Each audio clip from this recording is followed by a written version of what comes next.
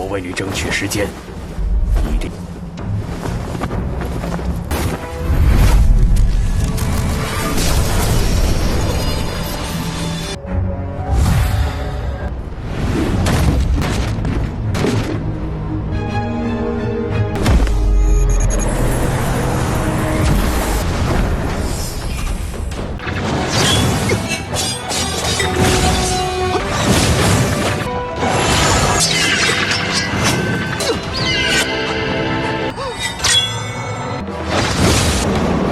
Hai sahabat Asyik Film, gimana kabar kalian hari ini? Semoga sehat walafiat dan rezekinya lancar ya. Oke, pada episode kali ini Mimin akan menceritakan sebuah film yang tentunya sangat seru sekali, dimana film ini mengisahkan munculnya sekte iblis yang berkeinginan menguasai dunia dan memperbudak umat manusia. Karena tak ingin sekte iblis berkuasa, sekte dewa berjuang sekuat tenaga untuk memusnahkan dan menyegel sekte iblis demi menjaga ketentraman dan perdamaian dunia. Ya, adalah bagaimana kisah perjalanan dan endingnya. Untuk itu tak usah berlama-lama, langsung saja kita caw ke dalam alur cerita filmnya dan sama-sama 1, 2, 3 semongko.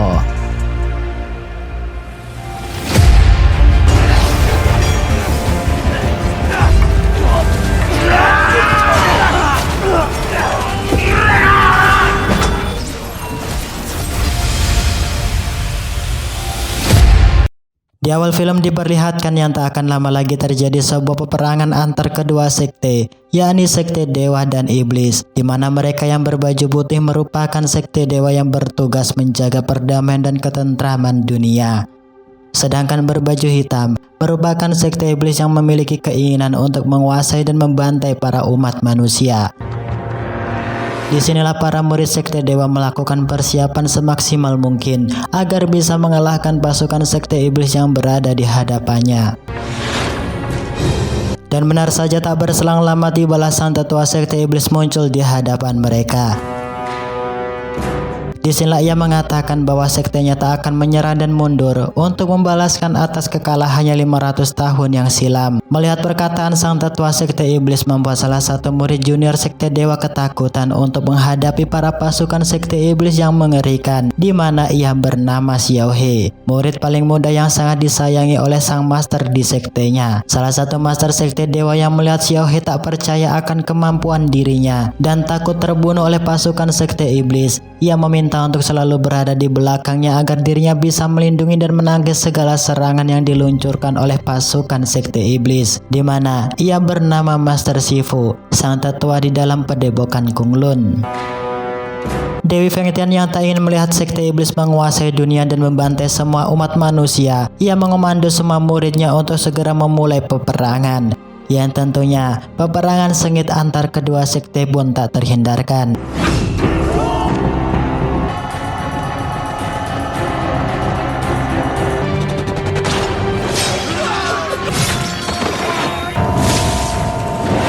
Para murid sekte dewa mengeluarkan jurus dan kemampuannya masing-masing untuk membabat habis pasukan sekte iblis tanpa sisa. Master Shifu yang tak ingin berdiam diri, ia juga mengeluarkan sebilah pedang sakti berkepala angsa yang mampu terbang untuk membantai para pasukan sekte iblis tanpa dirinya harus turun tangan. Karena kesaktian pedang tersebut, terlihat pasukan sekte iblis tumbang satu persatu. Tak sebatas itu, di sisi lain Xiao He seketika diserang oleh tetua sekte iblis yang mengakibatkan dirinya terluka. Master Shifu yang melihat Xiao He dalam bahaya, ia menghempaskan pedang saktinya untuk menolong dirinya. Disinilah peperangan semakin sengit hingga pada akhirnya Sang Dewi mengeluarkan kesaktiannya membuka segel cermin Feng Tian agar bisa memusnahkan semua pasukan iblis, serta ia juga mengorbankan dirinya agar bisa menyegel sang tetua iblis, bertujuan agar tak lagi menjamah dan melakukan kejahatan di muka bumi. Di detik-detik akan tersegel, tetua sekte iblis mengeluarkan jurus pamungkas terakhir berupa sihir pelenyap sukma yang ia arahkan di hadapan Xiao He. Xiaohe yang dari awal takut mati dan tak percaya akan kemampuan dirinya, ia hanya bisa pasrah menutup telinga dan membalikkan badan. Namun siapa sangka Master Shifu yang tak ingin melihat Xiaohe mati terkena hantaman jurus tetua sekte iblis. Ia pun melesat dan mengorbankan dirinya untuk menjadi tameng pelindung yang tanpa waktu lama. Master Shifu pun terjatuh sekarat akibat tak kuat menahan hantaman jurus pamungkas yang dikeluarkan oleh tetua iblis. Di detik-detik nafas terakhir, Master Shifu berpesan dengan salah satu muridnya yang bernama Jing Hong untuk menggantikan posisinya dan meneruskan perjuangannya di dalam padepokan Kunlun yang ia pimpin. Serta ia berpesan pada Xiaohe untuk berlatih tahap demi tahap agar bisa menjadi master di dalam padepokan Kunlun. Dan di saat inilah sang master pun tewas. Singkat cerita, malam harinya, Jing Hong yang tak ingin mengecewakan sang dewi dan Master Shifu yang usai gugur demi melenyapkan dan mengalahkan sekte iblis, ia menyimpan cermin sakti Feng Tian ke dalam lukisan keramat yang berada di padepokan. Disinilah ia berjanji akan menjaga sehidup semati agar para iblis tak dapat bangkit kembali. Singkat cerita, 20 tahun kemudian, terlihat saat ini Xiaohe sudah tumbuh lebih dewasa dan menjadi master di dalam padepokan Kunlun. Disinilah ia dengan para muridnya sedang mencari dan memburu siluman yang dikabarkan membuat kekacauan di dalam desa. Xiaohe yang tak ingin melihat penduduk desa resah, ia membagi tugas pada keempat muridnya untuk segera berpencar agar lebih mudah melacak dan menangkap siluman yang berkeliaran di desa. Dan benar saja, tanpa waktu yang lama, Xiaohe dan keempat muridnya berhasil mengepung siluman tersebut dan memasukkannya ke dalam karung sakti. Karena merasa lelah, mereka memutuskan untuk beristirahat sejenak dan membawa hasil tangkapannya ke dalam padepokan. Namun siapa sangka, siluman tersebut berhasil kabur dengan merusak dan menjebol karung sakti tersebut. Di waktu bersamaan, siluman yang kabur dapat ditangkap kembali oleh para murid padepokan Imei dengan kesaktian pedangnya yang mampu terbang, serta menyegelnya ke dalam cermin yang ia miliki. Nah, dari sinilah kita diberitahu bahwa sekte dewa terbagi menjadi dua padepokan, yakni padepokan Kunlun dan Imei, di mana padepokan Kunlun semua muridnya laki-laki, sedangkan padepokan Imei yakni padepokan khusus bagi kaum wanita. Xiaohe yang tak terima siluman buruannya ditangkap oleh para perempuan cantik padepokan Imei. Tentu ia meminta untuk segera mengembalikan siluman tersebut, namun mereka tak menyetujuinya dan menolak keinginan Xiaohe untuk menyerahkan siluman yang ia tangkap. Jika tidak, maka mereka tak akan memberi jalan untuk kepergian mereka. Mendengarkan akan hal tersebut, seketika murid padepokan Kunlun dihajar habis-habisan oleh para ciwi-ciwi dedek gemas dengan menginjak daerah vitalnya yang membuat mereka lari terbirit-birit. Tak berselang lama, terlihat di sebuah perbukitan, Xiaohe dan salah satu murid padepokan Imei yang bernama Yao Qing secara diam-diam menjalin asmara satu sama lain dan bermesraan. Karena cinta dan sayang, Xiaohe membuat sebuah mantra segel di tangan kekasihnya agar segel tersebut dapat membantu mengirimkan sinyal jika salah satu di antara mereka dalam kondisi bahaya maupun selingkuh. Tak berselang lama, malam harinya, di dalam padepokan sang tetua memanggil kedua murid handalanya, yakni Yao Qing dan Lin Shen.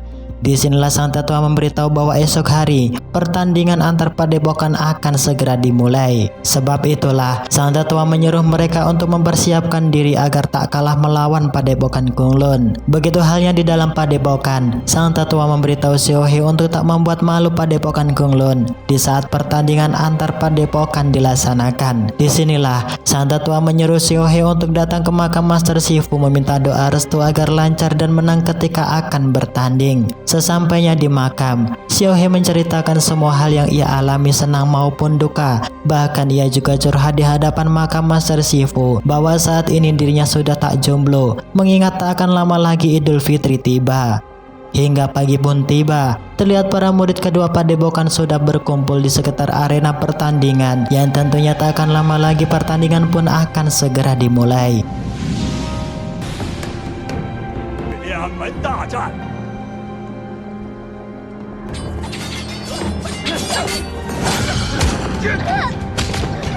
Terlihat di putaran pertama, pertandingan antar murid dapat dimenangkan oleh padepokan Kunlun karena ingin mengetahui teknik dan kehebatan antar master di kedua padepokan. Di putaran kedua, pertandingan akan dilakukan Xiaohe master padepokan Kunlun melawan Yao Qing, master dari padepokan Imei.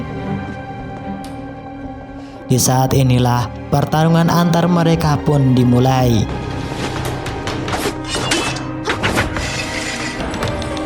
Karena tak ingin pertarungannya disaksikan sang tetua dan yang lain, Xiaohe sengaja mengeluarkan mantra teleportasi membawa Yao King di sebuah hutan bambu. Meskipun mereka memiliki perasaan cinta, namun Yao King tetap sportif akan pertandingannya agar bisa mengalahkan Xiaohe.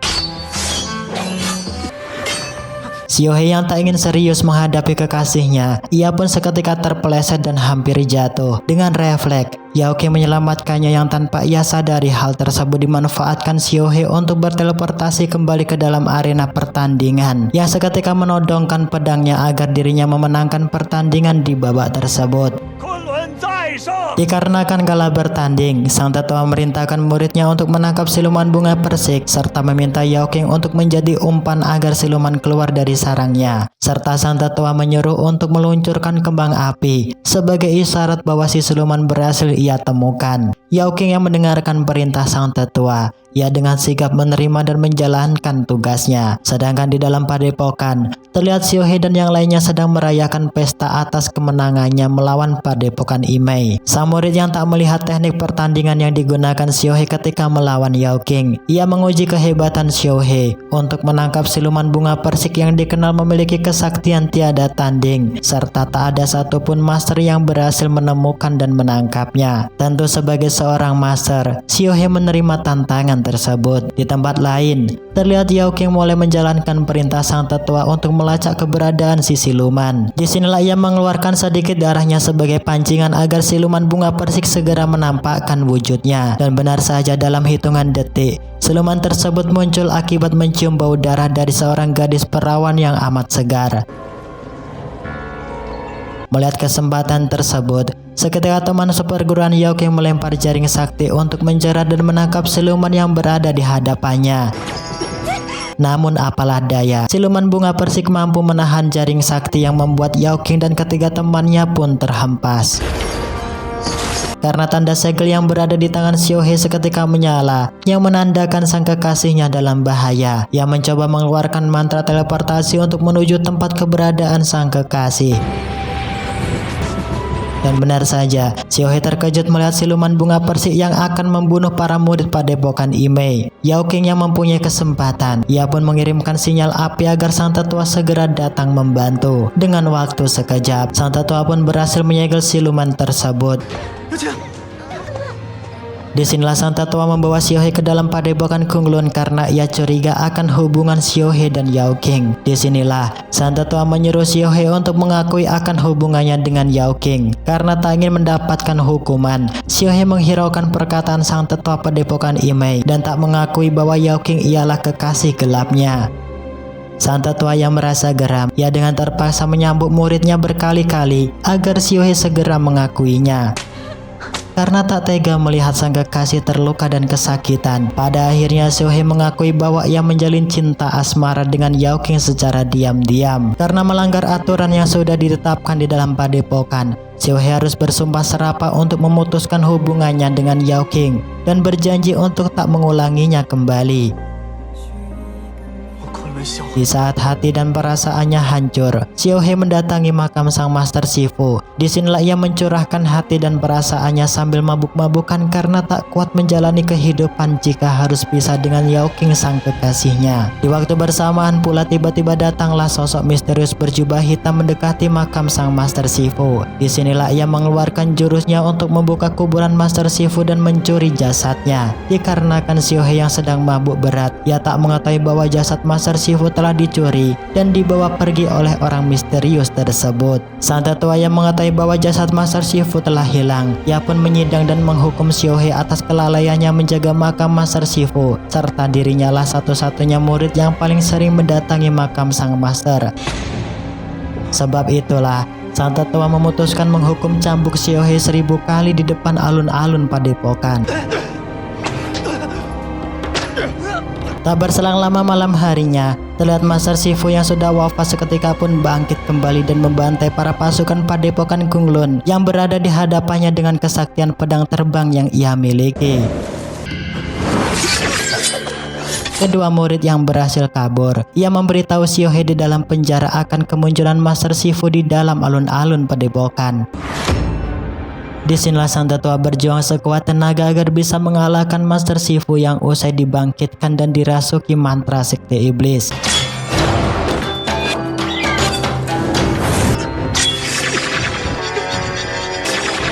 Namun upayanya telah gagal, dikarenakan teknik pedangnya tak bisa mengalahkan Master Shifu yang membuat dirinya berulang kali terdesak.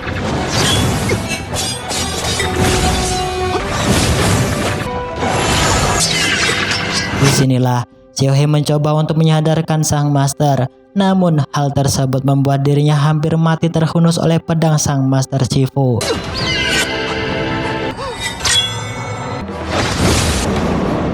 Karena tak mempunyai pilihan lain, sang tetua padepokan Kunlun membuka segel cermin Feng Tian agar bisa mengalahkan kekuatan iblis yang merasuki dan mengendalikan Master Shifu. Dan benar saja, upaya sang tetua telah berhasil menyegel dan memusnahkan iblis yang berada di dalam tubuh Master Shifu dengan kesaktian cermin Feng Tian.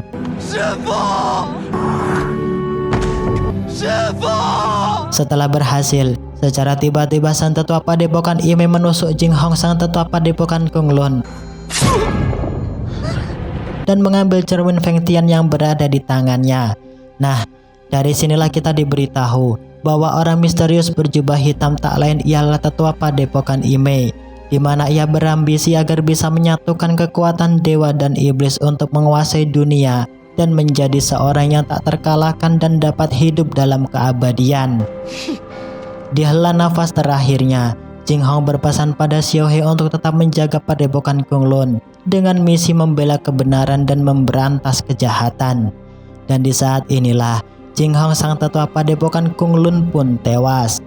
Yao Qing yang tak tega melihat Xiaohe berlarut-larut dalam kesedihan, ia berusaha menguatkannya untuk segera mengambil kembali cermin Feng Tian dan menghadapi sang tetua padepokan Imei sebelum semuanya terlambat. Merasa perkataannya tak dihiraukan, Yao Qing memutuskan untuk memimpin pasukan kedua padepokan untuk segera menghentikan dan merebut kembali cermin Feng Tian. Namun hal tersebut hanyalah sia-sia, dikarenakan sang tetua Imei usai membuka segel tetua sekte iblis yang membuat dirinya dan pasukannya bangkit kembali. Ketika bingung dan tak tahu langkah apa yang harus mereka lakukan, tiba-tiba datanglah Xiaohe di tengah-tengah mereka untuk memimpin kedua padepokan dalam peperangan. Setibanya di dalam altar, Xiaohe dan yang lainnya pun terkejut melihat tetuanya hanya dijadikan boneka demi kebangkitan dirinya. Karena luka yang dialami sang tetua Imei sangatlah serius, ia berpesan pada Yao Qing untuk menggantikan posisinya menjadi tetua di padepokan Imei, dan di saat inilah ia pun tewas. Xiaohe yang geram akan ambisi sang tetua iblis, ia mengomando pasukannya untuk segera memulai peperangan.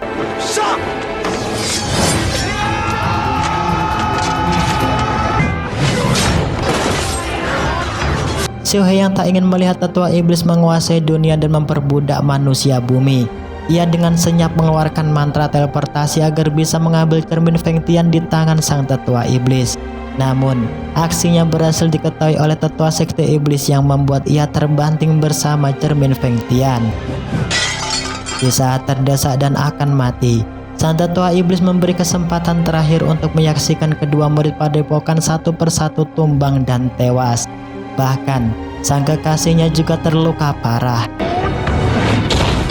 Karena tak ingin semuanya berakhir, Xiaohe mencoba untuk bangkit dan mengambil mutiara cermin Feng Tian, yang secara bersamaan ia mengeluarkan mantra teleportasi untuk mengaktifkan kembali segel cermin Feng Tian dengan tetesan air mata abadi yang keluar dari air matanya.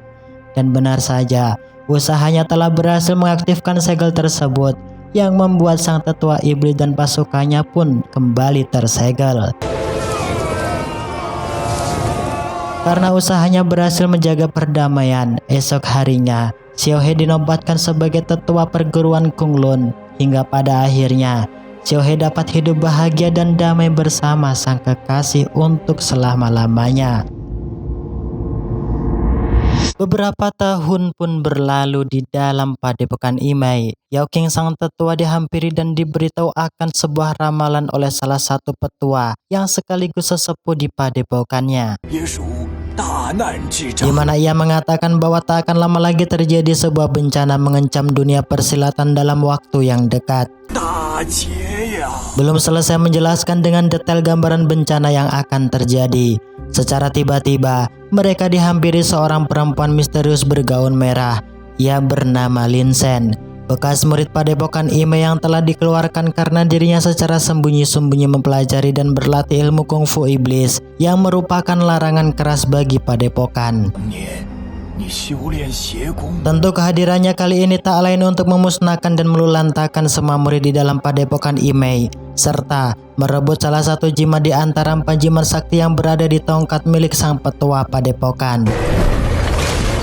Karena tak ingin gagal, Lin Shen seketika mengeluarkan jurus Edo Tensei membangkitkan kembali sang petua padepokan Kunlun dan Imei yang sudah lama tewas, agar mereka saling membunuh dengan membabi buta.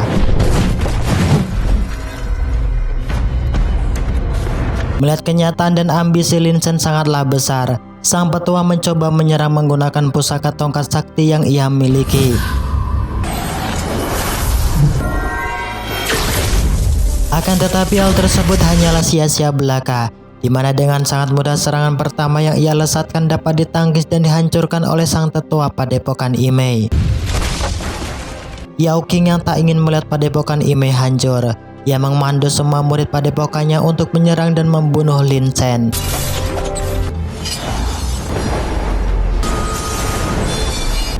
Akan tetapi tindakan yang mereka lakukan sama nihil. Cukup sekali hentakan, semua murid padepokan Imei berhamburan tak berdaya. Lin Shen yang tak ingin menyia-nyiakan kesempatan tersebut, dengan keji ia membunuh sang petua padepokan demi mendapatkan jimat mustika sakti yang berada di pusaka tongkatnya, agar ia bisa bereinkarnasi menjadi Raja Iblis Kegelapan setelah keempat jimat sakti berhasil ia dapatkan. Dalam kondisi yang amat genting inilah, salah satu petua di dalam padepokan Kunlun memberitahu Xiao He untuk menyelamatkan Yao Qing segera mungkin. Untungnya, Xiao He berhasil menyelamatkan Yao Qing dan merawatnya di dalam padepokan Kunlun. Seusai tersadar, Yao Qing menceritakan akan kejadian yang baru ia alami pada Xiao He, di mana saat ini Lin Sun telah berhasil mendapatkan dan menyerap inti kekuatan dari jimat sakti merah dan biru. Mengerti bahwa saat ini padepokan Kunlun dan Imei dalam kondisi yang membahayakan, mereka tak akan membiarkan Lin Sun mendapatkan dan mengumpulkan keempat jimat tersebut secara sempurna.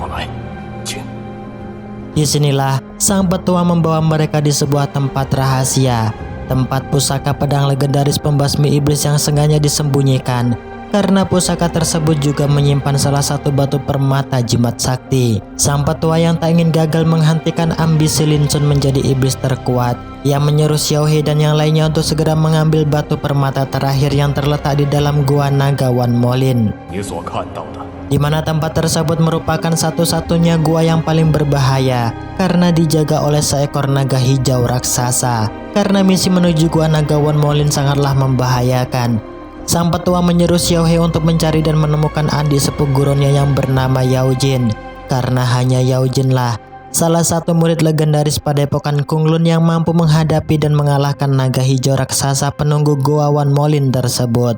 Singkat cerita, keesokan harinya terlihat Xiao He pun dapat menemukan keberadaan Yao Jin, sang murid legendaris padepokan Kunlun yang sedang asik bermain judi di sebuah kedai kopi yang tak jauh dari rumah Mbok Darmi. Disinilah Xiao He memberitahu dan mengatakan di hadapan Yao Jin untuk membantu dirinya mengalahkan naga hijau raksasa penunggu Goa Wan Molin demi mendapatkan dan mengambil jimat batu permata terakhir agar tak jatuh di tangan Lin Sun. Mendengarkan bahwa padepokan Kunlun dan Imei sedang dalam masalah besar, dengan penuh pertimbangan, akhirnya Yao Jin akan membantu mereka mendapatkan jimat batu permata terakhir. Namun dengan syarat, Xiao He dan Yao Qing harus bersedia membantu dirinya menangkap siluman merah yang baru-baru ini telah meresahkan para penduduk desa.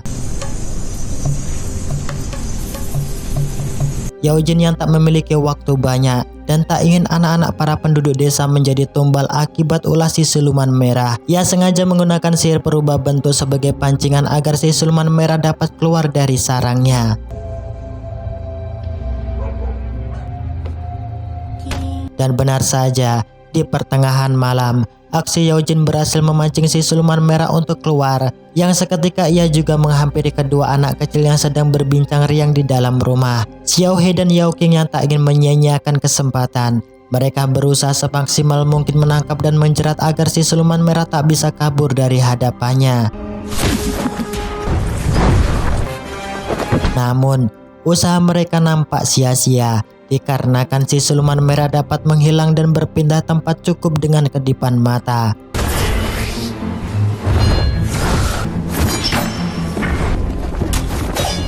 Dengan penuh siasat dan perhitungan yang matang, akhirnya Yao Jin dapat dengan mudah menangkap si siluman merah yang mencoba untuk bersembunyi di balik pintu.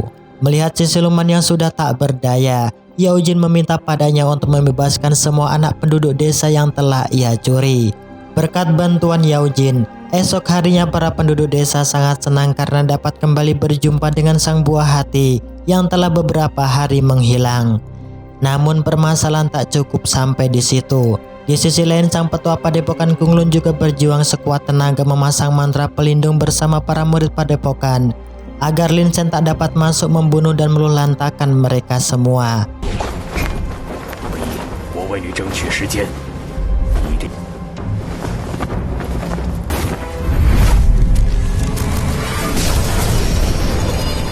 Lin Chen yang tak ingin gagal mendapatkan jimat ketiga yang saat ini berada di dalam Padepokan Kunlun.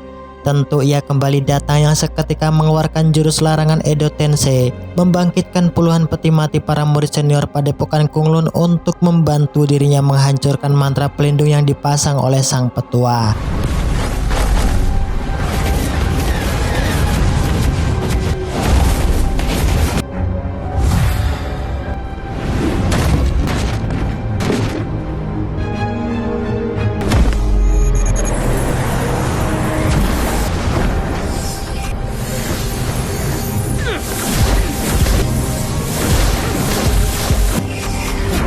Meskipun bertubi-tubi serangan yang telah dilesatkan, sang petua dan murid Padepokan Kunlun tak akan menyerah dan tetap berusaha semaksimal mungkin.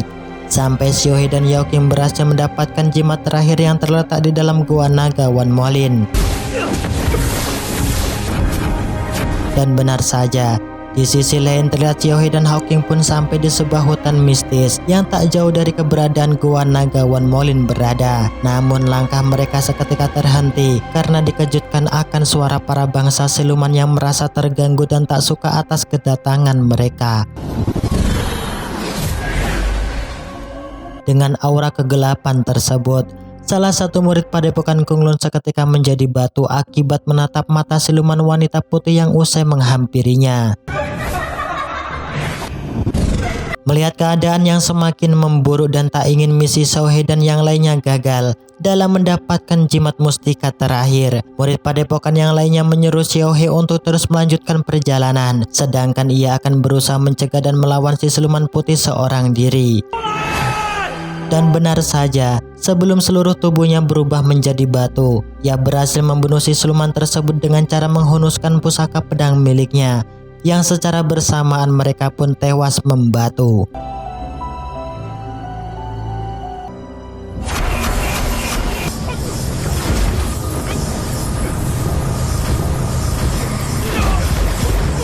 Melihat murid Padepokan Kunlun yang sudah kehabisan energi, dengan ide cerdik, Lin Chen menyerap semua energi spiritual para murid senior Kunlun yang ia bangkitkan agar dirinya dapat menciptakan sebuah pedang legendaris yang memiliki daya hancur tingkat tinggi.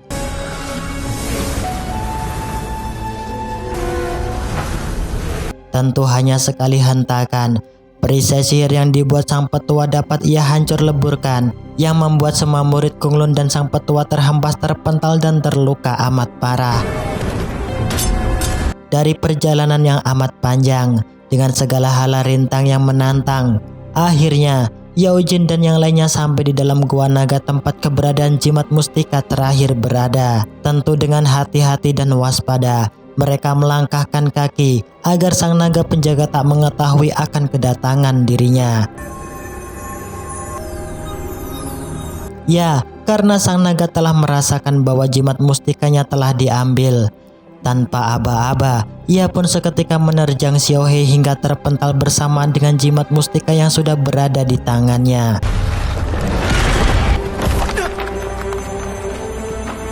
Dalam kondisi yang semakin kritis inilah, di dalam padepokan juga terlihat Lin Chen berhasil membunuh sang petua dan mengambil pusaka pedang legendaris yang menyimpan jimat mustika ketiga. Tentu dari keempat jimat mustika, Lin Chen hanya membutuhkan satu jimat lagi untuk menjadi orang terkuat yang tiada tanding.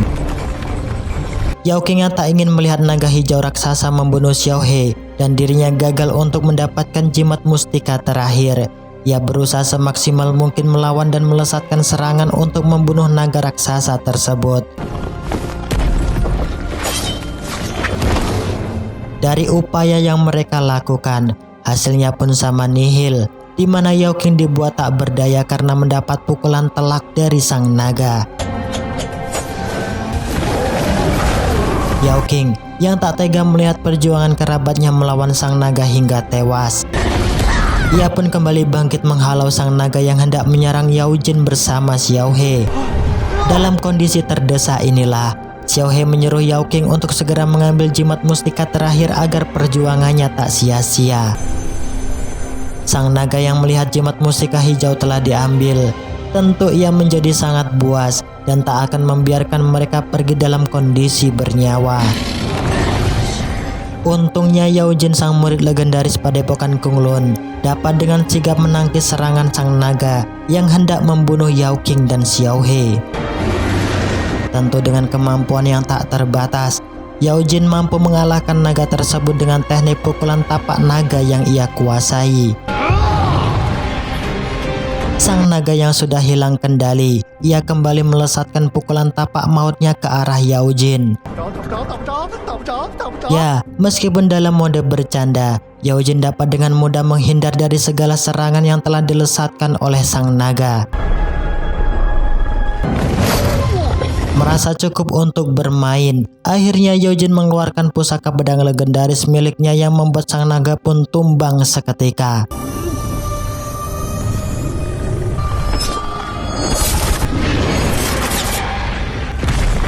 Dikira permasalahan cukup sampai di situ, di mana mereka dikejutkan akan kemunculan Lin Chen yang secara tiba-tiba melesatkan serangan ke arah Yao Qing dan berhasil merebut jimat mustika terakhir di tangannya. Tak menunggu waktu yang lama, Lin Chen juga seketika menyerap inti kekuatan jimat mustika terakhir agar ambisinya menjadi orang terkuat dan terhebat dapat ia gapai. Namun tanpa ia sadari, dari sisi belakang sang naga pun seketika bangkit melahap Lin Chen secara hidup-hidup. Ya, karena keempat jimat mustika juga telah dilahap. Tentu naga yang berada di hadapan mereka saat ini merupakan sosok naga iblis yang amat buas. Dengan mode serius inilah, Yao Jin mengeluarkan kemampuannya yang berupa jurus legendaris 1000 pedang tingkatan terakhir untuk mengakhiri hidup sang naga tersebut.